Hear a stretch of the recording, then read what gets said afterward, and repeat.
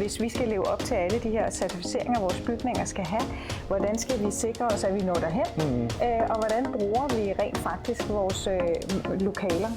Og det er egentlig både mødelokaler, men også arbejdspladserne. Ja, så når vi laver transformationen, når vi ligesom reflekterer tilbage om et halvt år eller om et år, jamen så har vi faktisk noget ligesom at benchmarke os op mod. Og det er jo igen der, hvor sensorer og hele den her adfærd kommer ind. Der er den gruppe af mennesker, som kigger ind i det, fordi de kigger på en direkte besparelse. Og der er jeg faktisk taget sådan en meget god case med, hvor... Ja, godmorgen alle sammen til det her, ikke tidlig morgen webinar, men lidt tidligt er det, men vi er i gang med første kop kaffe. Jeg hedder Kasper Ulitz. Jeg sidder her som Senior Vice President her i Sign & Workspace. Og her til morgen skal vi snakke omkring sensorer. Hvad sensorer betyder for de kunder, vi ser ude i landskabet, men også hvor sensorer vejer hen, og hvordan sensorer kan være med til at hjælpe det fremtidige kontor. Til webinaret her, som der bliver optaget, jamen, der kan I stille spørgsmål. Det kan vi tage i chatten løbende. Jeres navne bliver ikke vist, men spørgsmålet kommer, og dem samler vi op til sidst. Dorte fra IoT-fabrikken, godmorgen. Godmorgen. Så kan du sætte ord på, hvem du er? Ja. Jamen, jeg hedder Dorte, og jeg kommer fra IoT-fabrikken. Og vi er jo en virksomhed, som blandt andet har sensorer, både til indeklima, men også til space management, som er det, vi skal snakke om i dag. Ja, og jeg har, eller vi i Sign & Workspace har snakket med jer de sidste års tid, og vi har faktisk lavet nogle løsninger sammen, som vi kommer til at snakke om i dag. Men inden vi ligesom kraver ned i selve løsningerne, hvad det er, vi har gjort, så synes jeg, at vi skal starte et andet sted. Hvorfor er det, vi arbejder med det her? Hvad er det, vi ønsker at opnå? Og nogle af de ting, som vi er eksperter på, og som vi er eksperter på, det er ligesom fremtidens kontor. Og finde ud af, hvordan kan vi ligesom bruge fremtidens kontor mere intelligent. Og nogle af de begreber, der dukker op, det er det her, det smart office. Hvad er det, vi skal gøre for, at kontoret ligesom bliver et sted, som der bliver værdifuldt for medarbejderne og for virksomheden. Og når det er, vi snakker det smart office, hvad er det for nogle ting, hvor I ligesom går ind og siger, men det her, vi har ligesom et footprint, hvor vi ligesom kan gøre en forskel? Jamen, altså man kan sige, at fremtidens arbejdsplads stiller jo rigtig mange krav. Altså medarbejdere kommer med krav til, hvordan man gerne ønsker sit arbejdsplads skal se ud og være og indrettet på. Samtidig så sidder der nogle space management folk og nogle facility folk, som sidder og kigger ind i både kroner og øre, og hvordan det er, at vi bruger vores bygningsmasse. Og de to ting, vi prøver at kombinere. Ja, og det som der gør det super sjovt og interessant med den her snak her, synes jeg i hvert fald, det er, at vi ønsker netop sammen med jer og både hjælpe med, at man får et bedre udnyttelsesgrad af de kvadratmeter, man har. Men vi ønsker faktisk også ligesom, med hjælp fra sensorer og fra det smart office, og ligesom at skabe nogle rammer til den enkelte medarbejder, der gør, at jeg kommer faktisk ind på kontoret, fordi jeg ved, der er mødelokaler nok. Jeg ved, der er et skrivebord til mig. Jeg ved, der er plads omkring mig. Så hele den her med, at vi ligesom får noget data, og den data til mig som medarbejder i hvert fald, at den bliver omsat til noget, hvor det giver mening i min hverdag, den synes jeg er super interessant. Og det der med, som vi kommer til at snakke omkring her nu, hvordan kan vi tage noget rå data, som sensorerne kommer ind på, og det får du til at snakke om, hvordan vi kan omsætte, om vi kan brobygge den data til, at vi ikke bare har en super meget data, men vi har faktisk noget data, der bliver placeret i en kontekst, hvor det giver mening for FM, men også for medarbejderne. Den synes jeg er rigtig interessant. Og en af de ting, som vi også snakker, når vi snakker det smart office, som der ligger lige til højre benet, det er jo det her med at automatisere nogle ting. Altså, og det er det her med, i hvert fald når vi snakker om mødelokaler, at jeg ikke nødvendigvis, hvis jeg har et møde, der er for langt, at jeg skal huske at gøre noget ind i Outlook, hvor jeg skal afkorte mødet for ligesom at frigive det til andre. Men vi faktisk nu med hjælp fra sensorer fra jer af, kan sørge for, at sensorerne hjælper os med at udføre den her automatisering med at frigive mødelokalerne, der ikke bliver anvendt længere. Men også en masse andre ting, at når du og jeg stiller os ind i mødelokalet, fordi jeg har lige brug for dig i 5 minutter, at mødelokaler bliver booket automatisk. Og den information bliver samlet op også. Og det kan man sige, der er jo en stor problematik i, eller en udfordring i hvert fald i, at når man booker et mødelokale i dag, jamen så mange af os booker måske, og så har vi nogle kontinuerlige møder, der bare kører løbende, så det har vi booket ind i vores system. Og så sidder du og jeg og finder ud af, ved du hvad, i dag tager vi det lige på Teams. Og det vil så sige, så glemmer vi at afbooke vores mødelokale, og så står vi jo som om, at vi stadigvæk har booket nogle lokaler, men vi faktisk ikke benytter dem. Og så har vi måske nogle kollegaer, som sidder og tænker, I ikke har afbooket, fordi jeg kunne faktisk godt have brugt det mødelokale. Ja, og igen, der hvor vi har med vores plannerløsning i Signing Workspace, hvor det er, at vi kan jo se alt det, der er planlagt, og det er fantastisk, men vi er faktisk interesseret i at få samlet op det, der ikke er planlagt, eller det, som der ikke er blevet reflekteret kvad en manuel aktion. Og det er der, hvor vi gerne ønsker, at bygningen er med til at hjælpe os til at få udført de her ting, så data er korrekt, men også at hele det datagrundlag, som vi arbejder ud fra, at det bliver så reelt som overhovedet muligt, så at sensordata, at vi får det ligesom kontekstuelt, får det ind i en kontekst, hvor det er, at vi ligesom bedre kan læse og forstå det. Ja. Jeg ved jo, nu har jeg både snakket med du og dine kollegaer, I har jo superhamrende travlt, som det er lige nu. Hvad er det for nogle ting, Dorte, som der på det seneste ligesom har givet jer fuld fart på i den nye verden her? Jamen, der er jo 2 aspekter i det. For det første, så kan man sige, så har vi kigget ind i 19 graders kontormiljø, hvor at vi dels skal overholde noget omkring nogle temperaturer, hvor folk har brug for det. Så er det, at folk de har brug for at finde ud af, jamen, hvis vi skal leve op til alle de her certificeringer, vores bygninger skal have, hvordan skal vi sikre os, at vi når derhen, og hvordan bruger vi rent faktisk vores lokaler. Og det er egentlig både mødelokaler, men også arbejdspladserne. Så man kan sige, det der er stor fokus på nu, det er, at vi vil gerne optimere den plads, vi har, og finde ud af, har vi for meget plads, har vi for lidt plads, og hvordan indretter vi os, hvordan sidder folk bedst, hvor vil de gerne sidde hen. Så det er den rejse, folk det er det, vi hører. Der er stor efterspørgsel omkring derude, og det er også det, vi kan se, at det er den måde, folk de begynder at kigge ind i det på. Ja, og jeg tror, vi snakker også her i morges rundt første kop kaffe, den her transformation, som vi ser mange virksomheder begiver sig ud i, hvilket er det helt rigtige og en super spændende rejse, at der bliver data så vigtigt. Og en ting, hvor det er, at du og jeg vil sige, kom nu, det var jo det her med, at inden man laver en transformation, man finder ud af, okay, hvor er vi henne af i dag? Så når vi laver transformationen, når vi ligesom reflekterer tilbage om et halvt år eller om et år, jamen så har vi faktisk noget ligesom at benchmarke os op mod. Og det er jo igen der, hvor sensorer og hele den her adfærd kommer ind. Fordi vi ønsker jo ligesom, at den transformation, vi introducerer, den sker med et givet formål. Og vi kan jo meget hurtigt blive enige om, at formålet, som vi har, som en af vores øverste punkter på listen, det er ligesom at skabe en arbejdsplads, der giver mening for dem, der kommer ind på kontoret. At de kommer ind med et givet formål, og at rammerne for at udføre det er til stede. Og også, igen, som vi bliver nødt til at adressere også, og det er uanset om vi snakker energikrise eller ej, jamen vi skal jo være bekendt med, hvad koster det os faktisk at have ekstra til grader af et givet mødelokale, eller sørge for, at luftkvaliteten også er på plads, for det er også et andet element derpå. Og igen, alt det, som der sker lidt under radaren, jamen det skal vi op i øjenhøjde til medarbejderne, så at du ved, jeg kan se et mødelokale er booket, fordi der er nogen, der lige er gået derind. Det bliver reflekteret i vores Outlook eller vores plannerløsning, at den bliver rigtig, rigtig vigtigt. Når vi kigger på nogle af de udfordringer, som vi løser, jamen så var den første, som jeg skyndte mig at gribe, og den her automatisering, at vi nu får faktisk et meget bedre billede af, hvordan mødelokalerne bliver anvendt. Fordi jeres sensorer, som vi bygger på toppen af, de kommer til hele tiden at afsløre, er mødelokalet ledigt, eller er det optaget? Har Dorte nu siddet derinde, eller er der nogen, der har siddet derinde et ekstra kvarter, eller et kvarter mindre, eller en halv time længere? Det vil sige, at vi får faktisk et rigtig godt mønster af, hvordan mødelokalerne bliver anvendt, hvilket er super vigtigt, hvad jeg mener, når vi skal tage stilling til, skal vi have færre mødelokaler, større mødelokaler, eller skal vi have de her phone booths, som du ved, der er sådan en enkeltmands, du ved, jeg skal lige have et kald.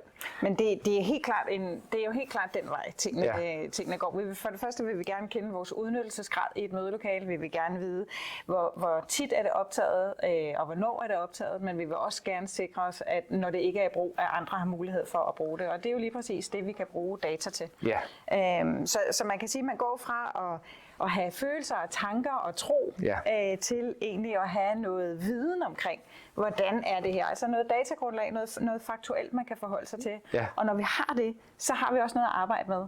Men at starte med, jeg møder rigtig mange af vores kunder, som siger, jamen når jeg kigger på vores mødefaciliteter eller vores arbejdspladser, jamen når jeg går en tur, så er der masser af ledig plads. Men hver gang jeg snakker med en medarbejder, så siger de, Vi har alt for lidt plads. Netop. Så her er jo et mismatch. Altså, fordi vi kan begynde at diskutere, hvem der har ret og hvem der ikke har ret. Ja. Men hvis vi har et datagrundlag, så har vi i hvert fald et ensartet udgangspunkt, som vi så kan begynde at arbejde med. Og så kan vi begynde at planlægge derfra, hvordan vi så skal gøre.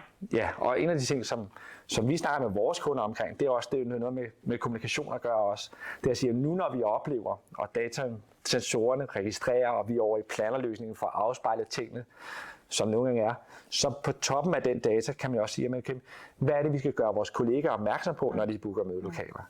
Skal vi faktisk fjerne muligheden for, at man kan have gentagende møder 10 instanser frem i tid? Gentagelse er jo ofte nogle af dem, der er roden til alt ondt, med at gå mødelokaler. Og det kan være nogle andre ting, man ligesom vælger at sige til medarbejderne, nu når vi bruger vores faciliteter, vær nu opmærksom på. Vi kan se, at mængden af de her mødelokaler, man har booket, man aldrig dukker op til, jamen, den er oppe på 60%. Skal vi ikke lige hjælpe hinanden? Fordi det er super ærgerligt. Og igen, det her med, at vi har noget data, så når det er, vi snakker med medarbejderne snakker sammen med deres FM, jamen, så har de faktisk en tilnærmelsesvis meget tættere afspejling af virkeligheden, end hvis det blot er en, jeg synes, jeg føler, jeg oplever. Og det giver en ro i hele den her måde at snakke fremad til, hvordan vi sammen ligesom får brugt de her mødelokaler bedre. Ja. Nu har der, hvor vi i hvert fald med planer, hvor vi er meget opmærksomme på, det er hvordan vi bruger vores kvadratmeter, hvordan mødelokalerne bliver anvendt, hvordan skrivebord bliver anvendt. Men der er også nogle andre ting, som I ligesom pitcher ind på, Dorte. Det er jo ikke kun tilstedeværelse, kan sense, om der er nogle mødelokaler, men der er også nogle andre ting, I kan samle op på. Ja, altså vi samler jo også op på forbrug, skulle jeg sige. Hvor varmt er der? Hvad er vores luftfugtighed? Hvordan er vores CO2-niveau? Ja. Så vi kan samle en hel masse forskellige data op, som vi kan arbejde med. Det vil sige, så kan vi også begynde at arbejde med, kan vi energioptimere? Ja. Det vil sige, at vi kan få flere data ud af en lille sensor, som kan give os en hel masse viden omkring, hvordan vi rent faktisk drifter vores bygning. Og det hænger rigtig godt sammen med alle de her for eksempel certificeringer, der er på bygningerne nu i dag, hvor man faktisk har brug for at samle noget data ind, for at få nogle point til de her. Så det hænger rigtig godt sammen på den måde. Så er der også det her med, at jamen, hvor mange møder vi ind i kantinen? Altså har vi en 3-dages arbejdsuge, jamen så kunne det godt være, at vi kan se, at der er en generel tendens til, at kan det være mandag og fredag, at flest af os arbejder hjemme. Jamen så kan vi jo stoppe noget madspil i forhold til at give vores kantine besked på, at vi kan se over tid, at det kan godt være, at vi er 300 medarbejdere, men generelt set er vi måske kun 200 om fredagen og om mandagen. Så kan man gøre det. Så man kan begynde at planlægge lidt de her data til at lave noget besparelse på andre måder end kun, kan man sige, lokalemæssigt. Ja. Ja. Og de her bygningscertifikater, som du er inde på, som jeg overhovedet ikke er klog på, hvordan får vi omsat dem til, at det også har en værdi for virksomhedens medarbejdere, til at de ligesom siger, at det vil vi gerne være med til at støtte op omkring, og det ikke er blot FM-manageren, der vil have en fin emblem op på væggen. Hvordan bliver det omsat til, altså at den enkelte medarbejder synes jeg med det? Ja, det er jo en svær ting, fordi det er et spørgsmål om, at man får kommunikeret ordentligt ud. Og så tror jeg også, at vi kigger ind i, at når vi sådan kigger næste generation kommer på arbejdsmarkedet og næste generation igen, så er de meget, meget miljøbevidste, de er meget, meget grønne. Ja. Og de har også en holdning til, at den virksomhed, de skal arbejde i, rent faktisk lever op til nogle af de krav og de værdier, som man har som menneske selv. Så jeg tror, at hvis man gerne vil fremtidssikre sin arbejdsplads også, så er man også nødt til ligesom at tage en beslutning om, at vi kigger også ind i den del. Ja. Så det bliver ikke kun en ledelsesdel, men faktisk en kultur. Ja. Så igen det der med det fine certifikat, få det omsat til at forklare den enkelte medarbejder. Hvad er det, vi som virksomhed gør sammen? Og hvad er det, du skal være opmærksom på, hvordan du bruger faciliteterne til, altså brug dem nu, når du har booket dem, og lad os nu vide sammen, hvad der er brug for. Og der er igen sensorerne sammen med planer, er en rigtig god måde til ligesom at bevæge sig den vej fremad. Så igen, der hvor du og jeg, vi skal være gode, det er også til at sige, men hvordan kan vi tage de her sensordata sammen med vores planer og løsning, og sørge for at stille vores kunder og kundernes medarbejdere i den bedste mulige situation til, at de kan navigere i det. Ja. Der er jo ingen tvivl om, at man kan sige, at sådan som jeg ser det, så kan man sige, så leverer vi nogle data, som er det sådan faktuelle, som I omsætter over for nogle medarbejdere til, hvordan er det så rent faktisk, at det giver værdi på medarbejderniveau. Så jeg synes jo, det er rigtig fint, at vi står her med en medarbejder tilgang og en, kan man sige, en mere datadrevet tilgang. Og det tror jeg på, at det er vejen frem. Ja, og det er også der, hvorfor det er også, at vi sammen jo, det er, at I er jo kommet med et ønske fra jeres kunder, der har sensorer til, hvordan kan de få det ligesom ind i en kontekst. Vi står så i den anden lejr, hvor vi har kunder med en masse kontekst, der faktisk ønsker det underbygget og understøttet af noget faktuelt sensordata. Ja. Og det er derfor, det her forhold mellem IoT-fabrikken og Signing Workspace er super interessant, og hvor jeg mener, at vi i hvert fald for vores kunder ligesom kan løfte dem endnu en gang op på den her bare med, at de står meget bedre, end hvad de gjorde tidligere. Ja. Nu når vi snakker alle de her nye teknologier, eller sensor er ikke så nyt igen, men vi snubler jo stadig over nogle udfordringer. Jeg hører jo nogle af vores kunder sige, også bare et middagsselskab, jamen, altså, jeg kan jo ikke lide alle de her sensorer, de samler jo meget data op. Men når det er, vi snakker jeres sensorer, hvad samler I op? Hvad kan den registrere? Jamen, det kommer lidt an på, hvad det er for en af vores sensorer, man bruger, kan man sige. Men man kan sige, at vi kan helt ned på skrivebordsniveau, og den tager simpelthen kun og finder ud af, er der nogen ved skrivebordet, eller er der ikke nogen. Yeah. Så har vi til mødelokalerne, hvor at vi kan måle på, er der nogen i lokalet, og er der ikke nogen i lokalet. Yeah. Jeg kan ikke finde ud af, hvor mange der er i lokalet. Jeg kan heller ikke finde ud af, hvem der har booket lokalet. Nej. Jeg kan bare konstatere, er der nogen i lokalet, eller er der ikke nogen i lokalet. Og så har vi en anden sidste sensor, som måler lidt mere, kan man sige, på nogle flere indeklimadata, som CO2, VOC, lys og lyd, og har den her PIR-sensor. Det er egentlig PIR-sensoren, som er det essentielle, når vi snakker anvendelse. Yeah. Fordi det er den, der ligesom fortæller, om vi er der, eller vi ikke er der. Yeah. Men jeg kan ikke omsætte de øvrige data. Du kan så fortælle, hvem det er, der har booket lokalet, mens jeg kan konstatere, om de har været der eller ikke været der. Så netop alt det her, som jeg tror, der er nogle af de ting, som man frygter mest, det er det her tracking her. Mm-hmm. Og der må vi sige, at med PIR-sensoren, den kan bare registrere nogen. Og vi kan så tage dataen og sætte det sammen i en kontekst, hvor man finder ud af, hvad typer møder er det, vi har, hvor mange er der til møderne, er der mange interne eller eksterne. Mm-hmm. Men hele det her med at sige, jamen nu går Dorte ind i mødelokalet, nu er det Dorte, der har sat sig, nu er det Dorte, der går ned i gang. Det er et non-issue forstået på den måde, at det kan vi simpelthen ikke. Og det har vi heller ikke brug for, og det er heller ikke derfor, at vi ligesom laver de løsninger, som vi gør. Så det er rigtig vigtigt. Ja. Installationen af dem. Ja. Jeg har jo set løsninger i early days, hvor det med at have en sensor op, at den skulle wires op med ledninger på kryds og tværs, og IT-folkene har jo stået og været meget bekymrede, fordi hvad nu, hvis vi flytter rundt, skal vi så også det ene og andet. Hvordan er med jeres sensorer? Hvordan ser det ud, når vi skal i gang med det? Jamen altså, vi er jo, man kan sige, der har været sket mange generationsskifter igennem tiden på sensorer, og man kan sige, at vi er jo både i generation 3 og nogle vil endda måske sige 4. Vi har en trådløs sensor, som hverken skal kables eller trådes, og den skal heller ikke på wifi. Det vil sige, at den kører fuldkommen i sit eget lukkede univers. Vi bruger det, der hedder NB-IoT Narrowband, når vi sender data. Og det vil sige, at al installation foregår super nemt. Det er enten et klæbesøm på væggen eller oppe i loftet, og så er man good to go, og så har vi data. Ja. Så vi skal ikke over en IT-afdeling og spørge, om vi må. Vi skal ikke tænke IT-sikkerhed på den måde, fordi at vi er helt uden for nummer der. Det er en cloud-løsning. Okay. Altså, jeg tror nok, I skal blive udfordret af IT alligevel. De vil gerne vide, hvad det er. De vil altid gerne vide, det er. Dem skal man bare og være gode digitalisering vil jeg også gerne. Ja, præcis. Men dialogen med dem, og jeg går så ud fra, at I har også nogle white papers på det, der ligesom er med til at understøtte det her.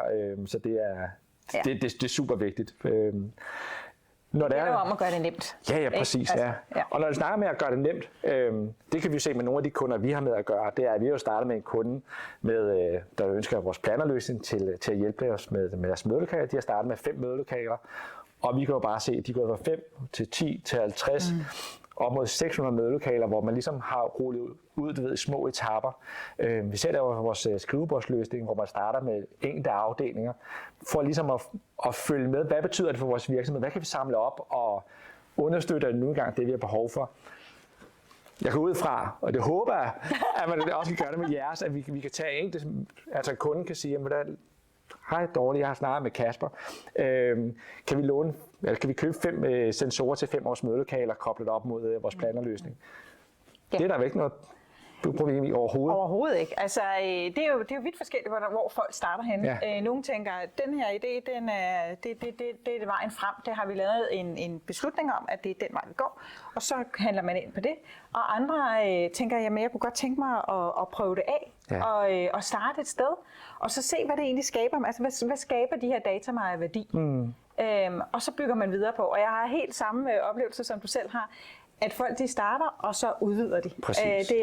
Det er meget sjældent, at folk siger, at det er ikke en god idé, det her. Og igen, når jeg handler med andre partnere, eller med andre leverandører, eller integrationspartnere, så er jeg jo super vigtigt, at vi sammen går ud til kunderne og siger, prøv nu det her, fordi vi er overbevist om, det vil hjælpe jer med ligesom at effektivisere jeres kommende kontorfaciliteter, men start her. Så det, som vi render rundt og prædiker, er, at I ligesom har mulighed for at smage på det, inden det er, I sætter den helt store fart på det projekt. Ja. Den ting, som jeg vil lige prøve at vise her nu, hvor det er, at vi faktisk har sensorer. Vi kører jo selvfølgelig med jeres sensorer herinde for ligesom at samle op på det. Der har vi prøvet at tage noget sensordata og koble det sammen med planer for at ligesom sige, hvad er det, man så får ud af det. Og en af de views, vi har inde i vores planerløsning, det er sådan et statistiksystem, et analytics tool, som der faktisk ligger så oven på jeres data. Fordi det, som vi kan gøre, det er, at vi kan vise, hvilke mødelokaler er det, der bliver bekræftet, det vil sige, hvor folk de dukker op til den aftalte tid. Hvad er det for nogen, hvor det er, at man klemmer og afbooke rettidigt. Men systemet gør det, kvæg jeres sensorer, det er jo fantastisk. Men det, som vi faktisk også kan se med den her, det er, at vi får faktisk et rigtig godt billede af, hvad er det for nogle typer møder? Hvad er det for nogle afdelinger? Eller hvornår er det på året, at vi ser faktisk noget udsving i det? Og den er super værdifuld for en FM. Det er, at udover det kan sige, at vores mødelokaler bliver ikke anvendt, som vi har håbet på, at det kan man sige, jamen, hvad er det for nogle typer møder, som vi ikke har held med, eller hvad er det for nogle typer møder, som vi har held med i given mødelokaler. Og hele den her med at samle rå data sammen med noget kontekst igen, altså det er super værdifuldt. Og hvis det er, vi lige kigger på det næste her nu, det er så inden for vores planerløsning, hvor Mathias har været sød til lige at kredse ind for, at den her klump af bestillinger i timeline, det er faktisk sensorerne fra IoT-fabrikken, der har været inde og sige, jamen, der er ikke nogen, der har booket det her mødelokale, men vi kan se, at der er nogen der i. Så det, som vi så gør, og det er der, hvor I konfigurerer den op, det er, at hvis der har været nogen derinde, så booker den et tidslot af 15 minutter. Hvis du og jeg så bliver derinde, så booker den ekstra 15 minutter. Og igen, det som man så ikke lige kan se, men det er, at hvis du og jeg vi har booket et møde i 4 timer, og efter 2,5 timer, så er vi super enige, eller super uenige, og stopper mødet, så vil vi med hjælp fra jeres sensorer kunne gå ind og afslutte mødet noget før os, og dermed få et mere reelt billede af, hvordan tingene har været anvendt.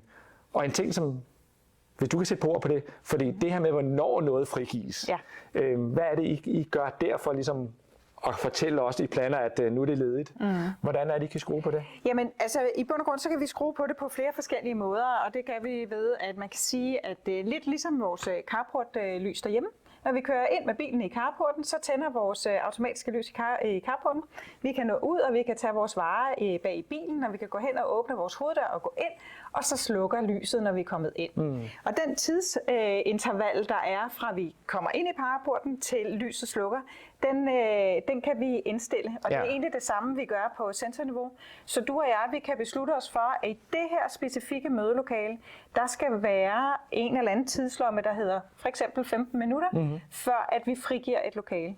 Og det giver også rigtig god mening i forhold til, hvis vi har nogle større mødelokaler, det snakkede vi også om tidligere, at hvis vi havde nogle større mødelokaler, hvor vi måske har nogle dagsmøder, eller i hvert fald måske nogle møder, der er mere end sådan 1-2 timer, men hvor der måske skal være plads til, at man kan gå ud og spise frokost. Jamen, så er det klart, at så på den sensor kan vi jo så sige, jamen i det her mødelokale, der er det vigtigt, eller i det her lokale, der er det vigtigt, at der kan vi altså være væk, for eksempel i en time og et kvarter, uden at det bliver frigivet. Fordi det ville jo være ærgerligt, at vi var gået til frokost, og så kommer vi tilbage og tror, vi skal fortsætte mødet. Og så er der nogen, som har taget vores mødelokale, fordi det er blevet frigivet. Så man kan indstille på hver enkelt sensor, i hver enkelt lokale, hvor lang tid skal der gå, før noget skal frigives. Ja, og jeg tror, der hvor vi har erfaret, at vi har arbejdet med det, det er, at i stedet for at være sådan, okay, hvor langt ned kan vi flytte den her grænse her, så at sige med start bredt, det vil sige, at når der ikke er aktivitet i en team, så frigiver vi det. I takt med, at man så ser, at det fungerer, så kan man så begynde at skrue ned for det, for ligesom at nærme sig noget. Fordi det værste, vi har set med nogle af vores løsninger, det er, at nogle kunder har sat nogle meget restriktive regler op, fordi det forventer, at det vil fungere, men hvilket har haft en stik modsatte oplevelse for slutbrugerne, om at de synes overhovedet ikke, det fungerer. Så hellere starte bredt, og så skære ind der, hvor det giver mening. Men igen, hvilket er fantastisk, det er, at vi kan samle op på data. Vi kan hele tiden lade kunderne følge, hvor de er henne af, og hvad de får ud af det. Så starte det små, tror jeg, i hvert fald er mit bud derpå, til ligesom at få en... Ja, jeg vil godt kunne skære lidt mere til benet. Men ja, du er benhård, I like. Så, der er vi lidt, ja. Når der er, vi så kigger lidt på med det lange lys på, så når vi kigger ind i 2030, eller bare, det behøver ikke, jeg tror, i 2030, vi kan bare kigge 2 år frem. Hvor tror du så, vi er med sensorer? Hvor vigtige er sensorer i vores fremtidige smarte kontor? Jeg tror, sensorer er kommet for at blive. Og det kan vi også se, altså der har jo været en udvikling igennem sensorer, hvor vi kan måle på alle mulige forskellige ting. Ja. Det er jo ikke kun på indeklima eller på anvendelse, det er også på forbrug, og det er på, om der er varme i vores radiatorrør osv. osv. Så der er ingen tvivl om, at jeg tror på, at sensorerne de er kommet for at blive. Jeg tror, at det vi kommer til at se, og det jeg tror, at man skal lægge mærke til og holde fast på, det er, at dem, som bruger sensordataen, altså sådan nogen som du og jeg, jamen at vi formår at tilrette hele tiden, sådan så at de data, vi får, de er valide, og det er nogen, man kan blive ved med at bruge. Præcis. Så for mig så drejer det sig mere om, at det kan godt være, der kommer en masse små sensorer til, men det er systemet bagom, der gør, om tingene bliver en succes eller ej. Ja. Fordi vi ser jo skrækhistorier på, at man sætter sensorer op, og man får en masse data, som man rent faktisk ikke bruger på alle mulige små mærkelige dimser rundt omkring. Men jeg tror, vi kommer til at skære meget mere ind til benet. Det tror jeg også. Og det hele det igen med at have et fokus på, hvad er det, vi ønsker at opnå. Og det er også en af mine helt store ting, det der the why of the office. Siger man, hvorfor er det, vi har et kontor, og hvad er det, vi ønsker at lytte på, til hvilket formål. Og der er hele den her med, du ved, at vi hele tiden er i konstant udvikling. Der er ikke noget, der står stille, og jeg tror, vi kommer til at have endnu mere fart på i forhold til fremtidens kontor, og hvordan det udvikler sig. Og hvis vi ikke har temperaturen på pulsen på, hvordan mødelokalerne bliver anvendt, skrivebord bliver anvendt, og det slige, så navigerer vi altså i blinden, og der skal vi helst ikke hen. Nej, og så vil vi også gerne sikre, at de medarbejdere, som faktisk kommer på kontorerne, også sidder i nogle miljøer, som man vil sidde i. Præcis. Man skal jo ikke tænke på, at alt det her er jo ikke et spørgsmål om besparelse. Nej. Det er også et spørgsmål om udnyttelsesgrad, altså hvordan udnytter vi bedst muligt. Præcis. Og det er jo både inden for det offentlige og for det private. Ja. Super interessant og super vigtigt. Jeg tror faktisk, lige med den pointe, tror jeg, vi vil til at runde lidt af. Og jeg synes, vi kommer godt omkring. Så det var en rigtig god snak. Ja. Sætter virkelig stor pris på, at der er flere af de her snakke, der over det fremadrettet, fordi jeg bliver klogere på det, og jeg tror også dem, som er vores kunder og jeres kunder, der lytter med her nu, at de kan se, at vi sammen er over en situation og en position, hvor der vi virkelig kan hjælpe vores kunder og markedet, som vi super gerne vil. Lige inden vi runder af herfra, så vil vi lige se, om der er nogle spørgsmål fra dem, som der kigger med. Og der står en her. Hvor ser I de største udbytter for kunder, der bruger sensorer? Skal jeg svare? Ja, det synes jeg kan mærke det på dig. Jamen, altså, det gør vi jo på flere forskellige måder, faktisk. Altså, man kan sige, at der er den gruppe af mennesker, som kigger ind i det, fordi de kigger på en direkte besparelse. Og der har jeg faktisk taget sådan et meget god case med, hvor at man kan sige, at hvis man nu er et kontormiljø, hvor man sidder for eksempel 300 medarbejdere, og en medarbejderplads i det her tilfælde hos den her kunde, koster omkring 25.000 om året, så kan man sige, jamen så når man har lavet investeringer, kan man spare 50 pladser, så har du første år sparet over 1 million kroner. Så det er der, når vi kigger på besparelseskniven. Og så er der selvfølgelig de andre, som sidder og kigger, at vi vil gerne have vores medarbejdere tilbage efter corona. Så vi skal finde ud af, hvor mange skrivebordspladser kan vi faktisk fjerne. Ja. Og så kan vi sætte bordfodbold og slåsejs og fredagsbar og sådan noget ind der, for at tiltrække vores medarbejdere retur. Ja. Så der er jo 2 aspekter i det, så det er jo ikke altid kun en sparekniv, vi kigger ind. Nej, præcis. Fordi den anden aspekt, hvor jeg synes, der er vigtigt, er det her med, at når man siger, hvordan kan vi skabe mere værdi med det kvadratmeter, vi allerede har. Fordi vi har ude nogle steder, hvor folk bare sidder klods op af hinanden. Der får vi aldrig folk ind igen. Men vi sørger for at skabe noget mere luft, for det er også ren værdi. Den synes jeg er vigtig. Så der er CFO, regnskabs Excel-arket med kroner og øre. Men som du er inde på, vi skal lige sammenholde det med nogle andre elementer også, før at det regnestykke det batter i sidste ende. Ja. Så det er, og så er der et her. Hvordan kan sensorer måle, hvor mange der er i kantinen? Måler de ikke alene, om der er nogen i rummet? Ja, og igen, det kommer lidt an på, hvad er det for en type sensorer? Vi kan faktisk begge dele. Vi kan både måle i rum, men vi kan også måle, hvor mange der sidder i en kantine. Og det gør vi selvfølgelig ved, at man sætter en lille sensor under hver kantineplads, sådan så vi helt sikkert kan tælle korrekt. Ja, og der, hvor vi går ind og supplerer med den her, det er, at vi med vores skrivebords bookingløsning i Signing Workspace, det er, at der kan vi se, hvor mange har i sinde at komme ind i løbet af ugen. Hvilket er også en ting, som vi inde hos os ser faktisk tror vi op på en 37% besparelse havde vi en periode, hvor at vi faktisk kunne skære ned på vores kantineforplejning visse dage, og andre dage kunne vi skrue op for den. Så hele den her med, at man tilkendegiver, hvem er det, der kommer på kontoret, hvornår, sammenholdt med, er det nu realiteten eller ej, den er rigtig vigtig. Og jeg tror, de to ting sammen igen gør, at man ligesom får det bedste indblik til at skrue på faciliteterne. Man kan også vende om at sige, at det kunne måske også være meget rart som medarbejder at kigge ind, for eksempel gå på intranettet og så få et overblik over, er det nu, jeg har lyst til at gå til frokost? Præcis. Altså, hvor mange mennesker er der dernede i bund og grund? Kan man inddele i gule, røde og grønne farver eller noget andet, Absolut. der gør, at vi ligesom kan se, jamen, hvor mange sidder der rent faktisk i kantinen lige nu? Ja, og så få synliggjort det på nogle skærme. Lige så heldigvis så er der masser for os, der laver software nu, at tage sensordata og så få det ud, fordi det er et vigtigt element i det hele. Jeg tror faktisk, vi har ramt den meget godt. Ja, og hvis der er nogle spørgsmål, så for guds skyld række ud til os. Der var vores website hernede. Og for jer, så jamen, det er rigtigt, vi hed Bonesta før. Nu hedder vi Signing Workspace, og et nyt navn, som jeg har faktisk ramt meget godt løbet af hele webinaret, så det har været godt. Men ræk ud til os, og både Dorte er klar til ligesom at følge op på, hvis der er noget bagefter. Og så vil vi bare sige tak for i dag, og tak fordi du kom ind forbi. Det var fornemt. Tak fordi jeg måtte. Det var det.